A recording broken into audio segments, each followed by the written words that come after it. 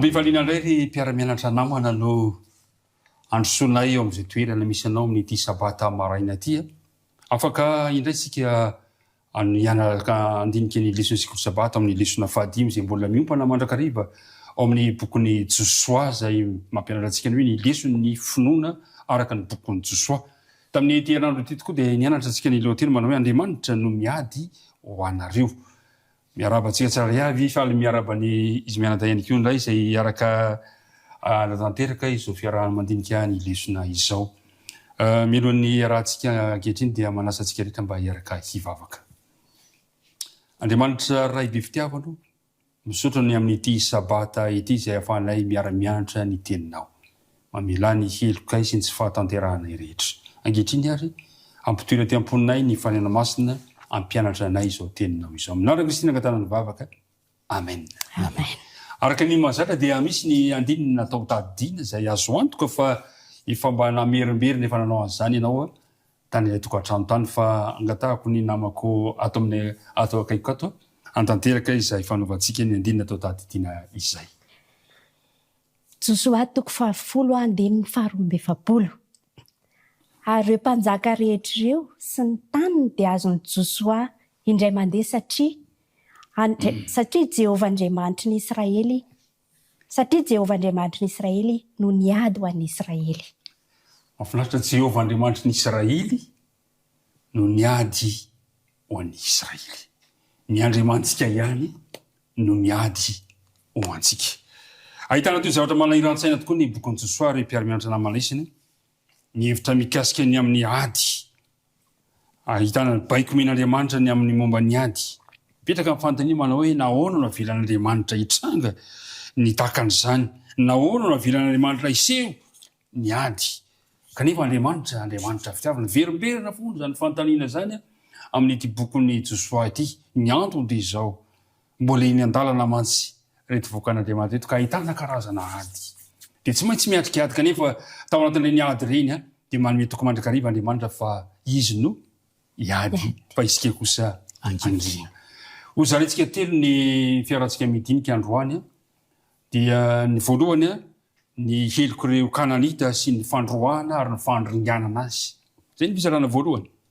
Ny fizarana faharoa dia horasantsika ao anaty fotoana fimonjana hoe ilay Andriamanitra mpitsara faratampony, Andriamanitra mpitsara mahery. Ary ny fahatelo ngeza be dia hoe inona no safidinao, inona no safidiko, inona no safiditsika manoloana zany rehetrarehetra izany. Andeha ary hojerentsika izy mianadahy mikasika ny fizarana voalohany. Fantatsika tsara fa notarihin'Andriamanitra ny ala tao Egypta ny zanaka Israely ho any amin'ny tany nampanantenainy. Izy moa le tany nampanantenainy ny tany Kanana io. Zao nefa zatra nitranga. Mbola misy mponina ao amin'ny tany Kanana io. Ary misy programa napetrak'Andriamanitra hoe oroahako aloha le mponinao. Oroahako izy. Amin'ny bokin'ny Exodus 7:30 ahitantsika izany tantara izany. Oroahako izy ireo ary izay mafilo ho aringako. Petraka amin'ny fanontaniana fa inona re ny antony, fa inona loatra ny heliko reto firenena ity firenena ity zany maromaro kokoa ilay Kananita manoloana izay toe-javatra izay. Kanefa milohan'izany tsy maintsy mijery karazana boky maromaro isika mba ahafahantsika mahatakatra ny heliko ireo firenena reo. Ny bokon'ny Josoa zany tsy dia tena miresaka firy loatra mikasika an'izy io. Fa ny bokon'ny Josoa dia milaza fotsiny ny endriky le dia fa tsy maintsy mijery boky hafa anatin'ny Baiboly tsika mba ahafahantsika mahita ny heliko reto ireo firenena io. Ka dia zay no andeha mba ifampiresahako aminareo mianadahy hoe ahoana ry ny fomba nazavantsika n'izany zavatra any amin'ny mpiara-mianatra amintsika ny amin'ity heliko ity Kanana, helim-ponina atao Kanana ity.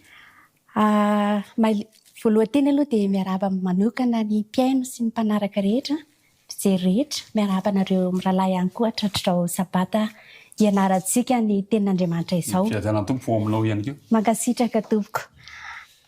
Dia tonga dia hojerentsika ilay boky anankiray izay ankoatran'ny Josoa milaza ny heliko reto Kananita ireto. Hoe inona marina moa zany ny tena heloka izay nataon'izy ireo zany. Jerentsika ny Deutéronomie 4:20 anomboka ny 5 ary hatreo amin'ny 12 no jerentsika. Deutéronomie 4:20 manomboka ny 5 hatramin'ny 12. ary rehefa tonga any amin'ny tany izay omeny Jehovahandriamanitra ao ianao dia aza mianatra anao araka ny fahavetavetana ataon'ireo firenena ireo. Nisy fahavetavetana zany nataon'ireo firenena ireo. Inona avy zany? Aoka tsy hisy eo aminao izay mampandeha ny zanalahy sy ny zanavavy hamaky ny afo. Voalohany izay. Faharoa, na mpanao fankatovana. Fahatelo, na mpanandro. Fahaefatra, na mpanao sikidy. Fahadimy, na mpanana ody. Na manao azo masim-bava, na mpanadina manao azo tsindrin-javatra, na mpanao atsarana, na mpanontany amin'ny maty. Fahavetavetana eo mason'i Jehova izay rehetra manao izany zavatra izany. Ary izany fahavetavetana izany no androahan'i Jehovahandriamanitra ao azy eo anoloanao. Ny fivavahan'ny Kanana zany dia izao, efa no tany saindreo izay tsy voaisa amin'ny ratsan-tanana intsony. Ary indrindra ilay hoe mampandeha ny zanany, manao sorona zaza mihitsy zany, izay tena noraran'Andriamanitra izany ao amin'ny Baiboly iray manontolo. Miarabany mpiainony Tilia Oazisy miarabanareo miarada ihany koa amin'ity fotoana mahafinaritra iarahana mianatra lesona ity. Miarabany mpiara-mianatra lesona ihany koa any atokantrano ihany. Mahafinaritra ny lesontsika, tsy za ihany zany ny fahotany reto Kananita reto, fa ny tena zava-doza dia izao voalaza atao amin'ny Levitikosy ilay izy. Levitikosy 8:20.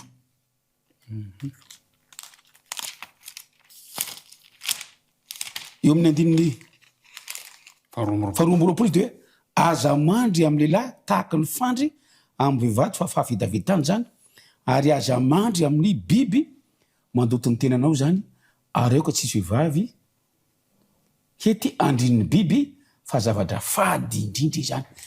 Nianatra ty lesony ty izy mianadady tena nahaja ve zany ty zava-doza ao mitranga amin'izao fotoana izao ty efa tamin'ny androny iny izy, tamin'ny androny Kananita no miverina.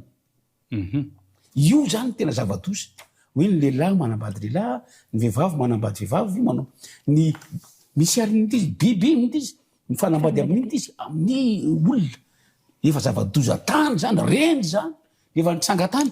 Ary ny tena zava-doza ihany koa dia zao voalaza lesona ihany koa fa tena nofezin'ireo andrian-da sy andriam-bavy tao Kanana, ary lasa rafi-pivavahana ny firaisinarana. Zava-doza zany. Ary tena hoy nianatra ny dia tena rariny kosa, rariny raha ho aringana ry zareo satria tena marany n'Andriamanitra. Ary tsy piao kely, efa nomena 400 taona zareo faharipon'Andriamanitra tamin'ny zareo, satria nandalo tao ireo patriarka nametraka modely dia lasa dia nomena 400 taona zareo mba iovana, ka rariny raha ho aringana zareo. Zava-doza ry mpiara-mianatra namana isan'ny ny eloko reto Kananita reto raha zany resahana, mampangoritsina mihitsy ilay izy. Ary ny tena zavatra doza raha dia izao amin'izao andro eny antsika izao dia tena misy tokoa zany. Misy rafi-pivavahana toa mifanaraka amin'izany mihitsy amin'izao fotoana izao, ary ekena ho fivavahana ary misy manaraka ilay izy. Dia ny teny moa ianao teo hoe rariny raha toa ka isy ny fandroahana sy ny fandringanana. Zao nefa milohan'izay tsy fikasan'Andriamanitra hatrany am-piandohany ny fandringanana na fandringanana reto Kananita reto. Tsy fikasan'Andriamanitra. Miala nena tamin'izy ireo Andriamanitra. Fa ny zavatra tena nataon'Andriamanitra dia nandrava ireo altaran-tsampy maro samihafa. Zay ny zavatra nisy. Ary kanefa Andriamanitra tsy maintsy tonga tany amin'ny hoe fandringanana. Ahoana no fomba ilazanareo, ahoana ny fomba nentin'Andriamanitra na tanteraka an'izay zavatra izay. Arak'izay hoe tsy fikasan'Andriamanitra ilay andringana.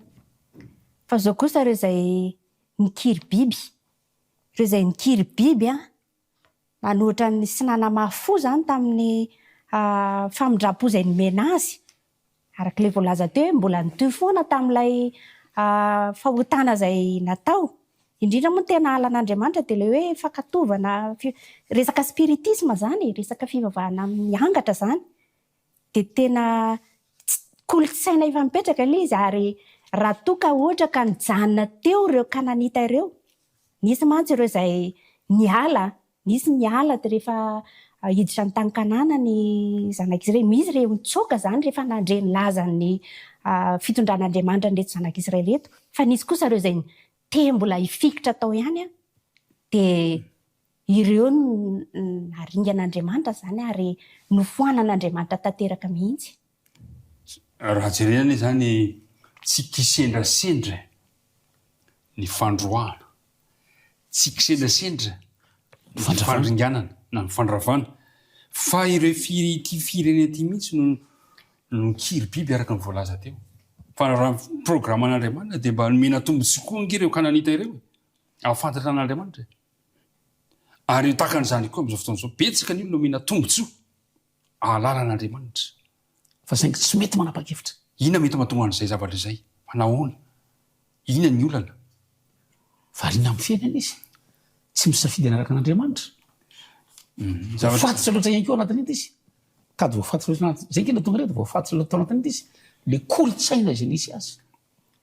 Ny zavatra misy zany dia betsaka ny manao tsirambina, betsaka manao tsinotsino izay tombontsoa men'Andriamanitra izay. Ka raha ny fandringanana zany nahazo an'reto kananita ireto dia tena lazaina amin'ny teny tsotra hoe tena ara-dalàna. Kanefa vao mametraka fanontaniana amin'ny tenantsika, inona eo amin'ny toetrako? Inona eo amin'ny toetranao? Inona eo amin'ny fahazaranao no tokony roahana na esorina na atao inona mihitsy? Aringana mihitsy. Anjaranao no mamaly izay fanontaniana izay. Misy ve toetrako ve tokony ialako? Misy toetrako ve izay tokony aringako? Satria ny fiafaran'izy ireo fitanteran'Andriamanitra manko ilay mampitsara mahery azy. Midirantsika avy hatrany ary ilay fizarana faharoa ilay hoe Andriamanitra ilay mpitsara faratampony. Ahoana no azo ilazantsika nio mikasika ny hoe Andriamanitra ilay mpitsara marina?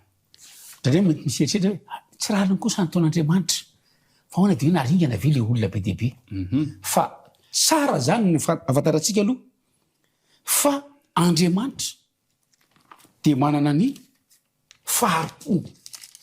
Toetrany raha teo zany. Toetrany raha teo zany satria tamin'reto kananita reto nomeny 400 taona izy ireo mba hibebahana. Saingy kiry biby. Tsara ihany koa ny ahafantarantsika ny fahamasinan'ny toetran'Andriamanitra. Ary izay no tokony ho tsapatsika. Raha fantatsika ny faharo-pon'Andriamanitra, fantatsika ny fahamasinana toetran'Andriamanitra, midika avy hatrany zany fa tsy mankasitraka in'Andriamanitra. Tsy mankasitraka ot'Andriamanitra.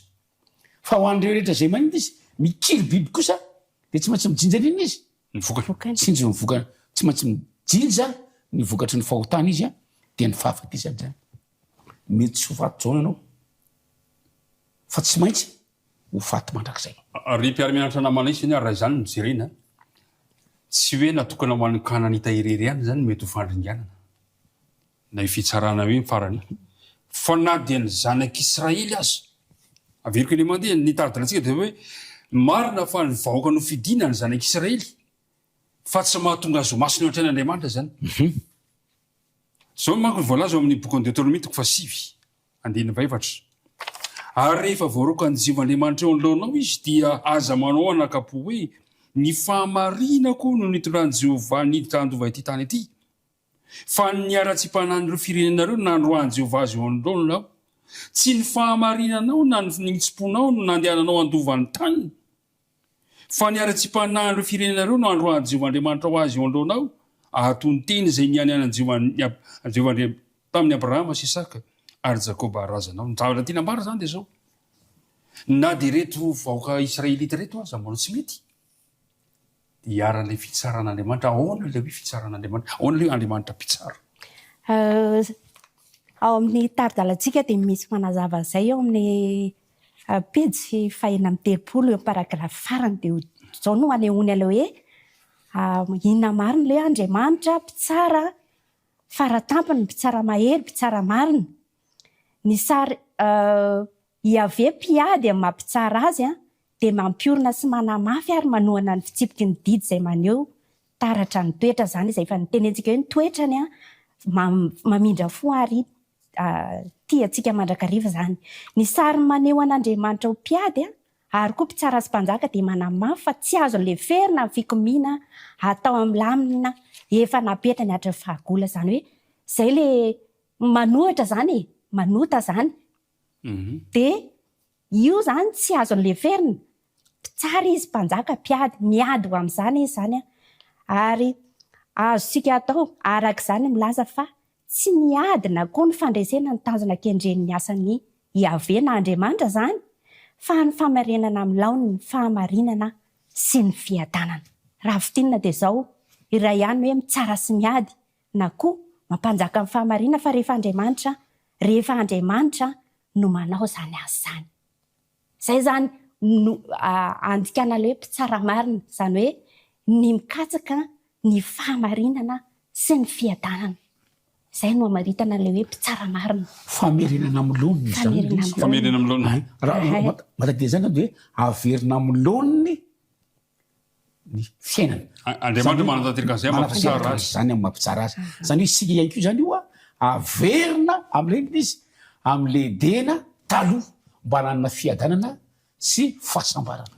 Fa te hiverina kely amin'ilay satria ao anatin'ilay fitsarana mpitsara marina sy ny zavatra andrasantsika teo moa le misy ady mandrakariva. Ny zavatra tiako marina kely amintsika mpiara-mianatra Jesosy ko sabata tsy tahaka ny ady atao amin'izao iainantsika izao ny ady hatrehana ny ady miaraka amin'Andriamanitra. Ny ady amin'izao manko dia ny mba hitombonao ny harena, hakanao fahefana, hitombon'ny voninahitra ao sy ny lazanao.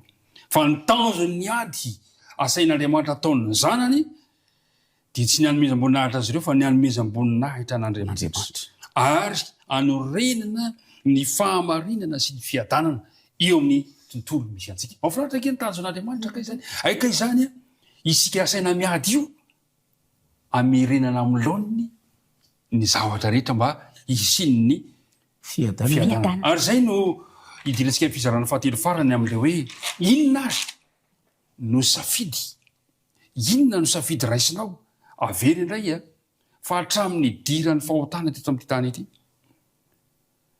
dia tsy afaka mijoro eo anilanilany ny olona anankiray hoe za aleoa mba eo anilanilany fa indraindray manko mba misabaka mako amin'Andriamanitra ihany, indraindray mba makato amin'ilany tsisy. Fa na ny olona anankiray miandany amin'Andriamanitra na ny olona anankiray miandany amin'ilay fahavalo na izy maniry fiainana na miandry azy inona fahafatesana. Inona ary no safidy zay tokony ho raisika amin'ity androany ity. Ho anareo menada inona no safidy tokony ho raisin'ny mpiara-mianatra zany androany amin'izao sabata izao. Arak'izay voalaza zay tsy aleo hoe hiandany amin'Andriamanitra izay efa mpiady mahery ho atsika tsiraray avy ka na inona zany mety ady izay atrehantsika dia zao no fanantenana hoe rehefa misafidy ny andany aminy ahako dia andresy. Ary arak'ilay lohateny tary dia le hoe lohateny lesika dia hoe Andriamanitra mpiady mahery no miady ho anareo. Zany hoe raha anao ny safidy ihany zany dia tsara ny safidy iandany hiaraka amin'Andriamanitra zany tahaka nataony Rahaba nge rehefa tonga ny fotoana izay andravana ny tany ny Jeriko dia ny safidy izy aleo za hiaraka aminareo ataovy ho isanareo za dia toy izay koa zany tsara zany izay fandraisana fanapa-kevitra izay ho amin'ny safidy mba hatonga atsika tsy ho ringana ary tsy ho tavela zany fitsarana farany izay ataon'Andriamanitra. Ohatra mahatsiara ny lesona teo aloha dia mahatsiara n'zareo Gibeonita. Fantatry zareo fa Andriamanitra ny tena Andriamanitra. Tena nina izy nampiasa fiatsiny izy mba hisafidy ny ovelona na inona sandana ny andany amin'Andriamanitra na inona sandana kanefa mivadikina izy aveo fitahina ho azy. Dia ohatra ihany koa ny miaraka misafidy eo an'Andriamanitra fiainana mandrakizay no meny atsika. Zay ke mahafinaritra ilay izy feno fiadanana. Dia hoy ny tenin'Andriamanitra hoe ry olombelona efa nasiako ny laonao ny fiainana sy ny fahafatesana ko mifidiny fiainana mba liana izy ho velona ianao. Ny fandrina zany dia zay hoe ny atonga tsy hisafidy andany amin'Andriamanitra mandalo zao fiainana zao tsy azo anterana fa ny tsara indrindra dia misafidy an'Andriamanitra tsy hoe rampitso na raha fakapitso rehefa metimety ny fiainana fa anio isan'andro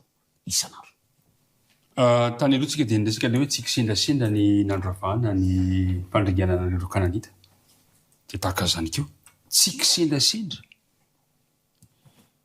ny mety fiarovana na fanozonana olona anankiray na vahoaka anankiray fa vokatry ny safidy no raisiny azonao atao ny misafidy zay tianao atao fa tsy azonao atao ny misafidy ny vokatry ny zavatra nataonao ka ny safidy sika zany androany zao ny mamaritra inona no atao kanefa aza naizana zany azo ireo zay manana tombotsoa androany ka tsy mahay miazona le tombotsoa satria mety anana fisafidy hafana izy rahampitso na rafakampitso de fandringanana no miany atsika iampiandrasana zany fisafidy zany nefa iampiandrasana fanapaha-kevitra raisinao Andriamanitra dia mampahiry atsika zao ny zavatra misy ady be dehibe ny bokon'ny Josoa misy ady tao misy fandresena misy faharesena misy fandresenao fa saingy zao anaty zany toezy zavatra zany nefa dia mampahana tena Andriamanitra fa andefa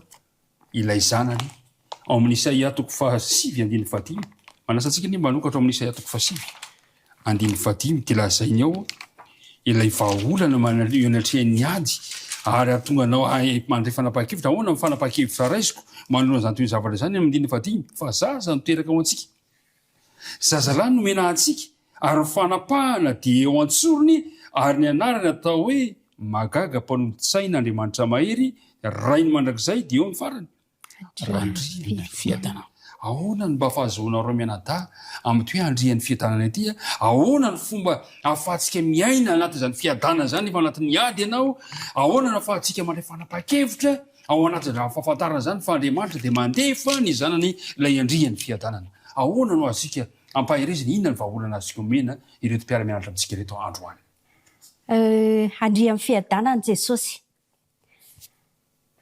tonga zany izy hitondra fiadanana raha ny dikan'izay anjaka amin'ny fiadanana ary ao anatin'izay hitondra fiadanana zay ho an'izay mandray azy zany dia mandray koa ny fiadanana saingy mandra-pahatonga n'ilay fanjakan'io fiadanana io dia zao tsy maintsy mbola mijanona eto tsika tsy maintsy mbola ao anatin'ilay ady isika fifandonana ny tsara sy ny ratsy zany misy foana isan'andro tsika dia mandalo an'izany fa zao andeha ovakitsika ao amin'ny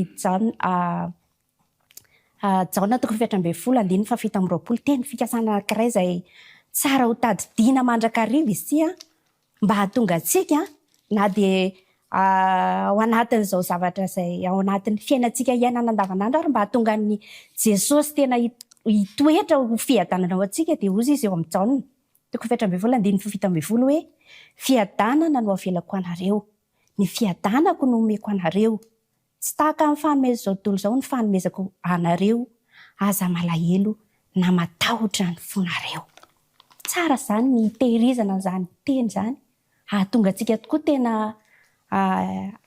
hitoeran'ilay andrian'ny fiadanana dia Jesosy zany ny amarana koa azy angamba dia ilay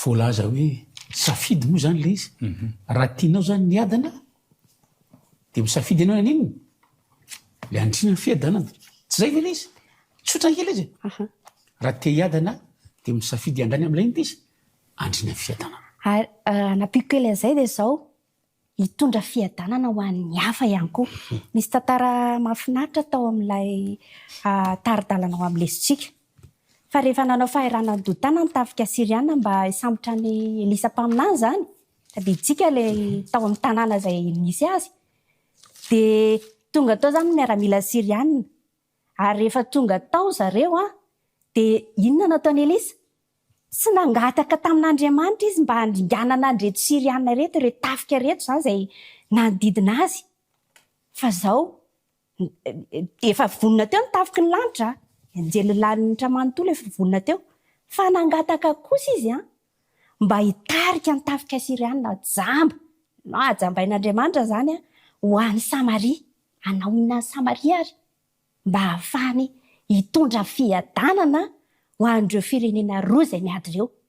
Ary tamin'izay fotoana izay dia izao rehefa tonga tao avoan'ny tanàna ny Samaria izy ireo a, inona raha zavatra nitranga? Inona nitranga rehefa tonga tao avoan'ny tanàna izy ireo? Mpona atao hoe hovononay va ireo? Zay. Hovononay va ireo? Dia ahoana izy Elisa? Aza vonoana izy. Aza vonoana izy fa meo inona? Sakafo izy. So sakafo izy. Dia nanaovana inona izy? Nanaovana fanasana. Nanaovana fanasana. Fety mihitsy no natao tamin'izay fotoana izay nefa ny fahavalo tonga hanafika. Eritrereto amin'izay olona fahavalo a tonga hamono a dia hoe ao anaovy sakafo be leo zareo, ao karakarao tsara, vonoa ny akoho, vonoa vorotsiloza, meo sakafo tsara zareo. Fa ny zavatra mahafinaritra dia zao hoe voalazany ao amin'ny mpanjaka faharoa toko fahaenina ny 9:20 koa dia tsy nakany amin'ny tany Israely intsony ny mpitoady Siriana. Ireo zany le mpilady. Fa rehefa valianao soa zany ny ratsy a dia mahazo fiadanana ianao. dia mahazo fiadanana ianao. Zay. Ry mpiara-mianatra namana isany Jesosy ilay andrian'ny fiadanana. Izy ilay mbola hitondra fiadanana ho anao androany. Ary izy mbola hitondra fiadanana ho antsika mandritra ny mandrakizay. Ao amin'ny boky Isaia mpaminany mantsy ho avy ny fotoana fahanorona fanjakana hitoerany fiadanana Jesosy. Ho tanteraka izany hoe hiara-miroakahitra ny liona sy ny zanak'ondry, tsy misy ady intsony. Toerana izay tsy ahitana fanimbana, tsy hisy tsony izany ady amin'ny Amorita sy ny Kananita izany, tsy hisy tsony izany. Jebosita. Fiadanana no anapaka ao. Mahafinaritra izany toe-javatra izany. Ikoriana tsy mijanona ny ono. Tsy hisy fahatapahan-drantsony. Tsy hisy tsony. Tsy hisy tsony izany. Fiadanana. Ary izay ny mahatonga antsika handray safidy androany. Tadio tsara ny mpiara-mianatra namana. Fa ny tanjona kendren'ny fanavotana dia tsy ny fifanandrinana mandrakizay, na koa fifezana mandrakizay ny fahavalo anatin'ny fanadevozana, fa ny tanjony ny famonjena ataon'Andriamanitra ny fanavotana dia ny ananako fiadanana. Izay le hoe Andriamanitra miady ho anareo. Maranantsika azy ary dia tiako raha mba hanao fehezanteny foy ianareo mba hamaranana izao dinidinika izao. Inona re no azontsika lazaina amin'ny mpiara-mitinika ankehitriny? Atomboko amin'izy ary aleo atomboko amin'ny ray aman-dreny ato. Mahafinaritra be ny lesona. Na zany dia isaky ny mahafinaritra ny manentana satria raha tsy mianatra ny lesona ianao dia tsy ho hitanao zany tombontsoa omen'Andriamanitra izany. Fa ny azoko atao dia hoe mampirisika anao ianary ny lesona fa misy zavatra sarobidy tsy voavidy vola ao anatiny. Hanamafisako an'izay dia manentana antsika zany. Raha mbola misy ny tsy nahazo taridalana, mbola misy ny taridalana azontsika raisina hatramin'izao a. Ary aza misalasala manatona na manafatra izany ao amin'ny toerana rehetra izay misy izany. Tiako tsindriana farany ny tsy anjery. Ary ireo mpanjaka rehetra ireo sy ny tany dia azony Josoa indray mandeha satria Jehovah Andriamanitry ny Israely no niady ho an'ny Israely. Tiako tsindriana dia izao hoe Jehovah Andriamanitra mandray azy no miady ho ahy. Tahaka ny hoe Jehovah Andriamanitry ny Israely miady ho an'ny Israely. Ho antsika rehetra izany Jehovah Andriamanitra ao miady ho anao.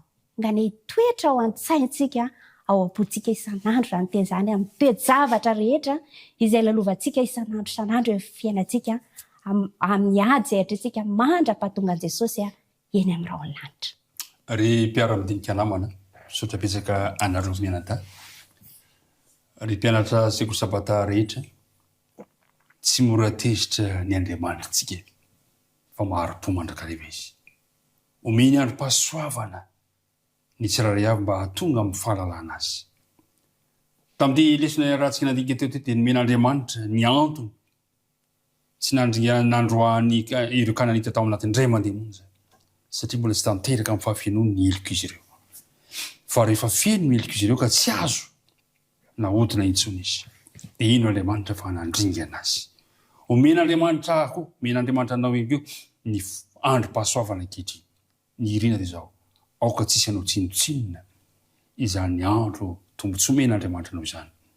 Ary farany teo hitantsika teo fa vonina mandrakariva anaty eo aza ny ady atrentsika vonin'Andriamanitra anolotra fiadanana ho anao. Hitam-pamarana anazy dia mbola tiana hiatrany manonona ny hoe ny fiadanan'ny tompony ho anao sy ny ankonanao. Andeha ry amarana izao fotoana izao tsika amin'ny alalan'ny vavaka hiaraka hivavaka isika ankehitriny. Andriamanitra raha io misotranao izahay no ny fitiavanao anay ka nafahanay niaraka nianatra ny lesosy kotrosabata androany. Ampitoero anty anatinay ny teninao ary mba hanaova ilay fanandramana ho amin'ny tsara ho amin'ny mahitsy indrindra amin'io anatrehanao amin'ny ho avy amin'ny lohana izay molomenao anay. Dia petraka tananao ny ho avy rehetra minaraka Kristina angatanany vavaka. Amen. Amen.